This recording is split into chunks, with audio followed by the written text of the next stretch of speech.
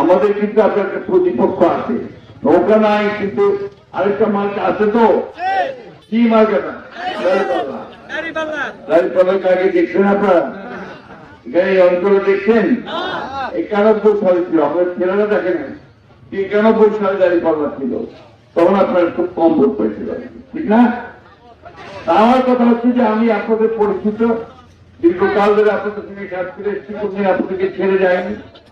ইনশাআল্লাহ আগামী নির্বাচনে আপনারা যদি আমাকে সমর্থন করেন তাহলে আপনাদের আমি কাজগুলো করার চেষ্টা করব।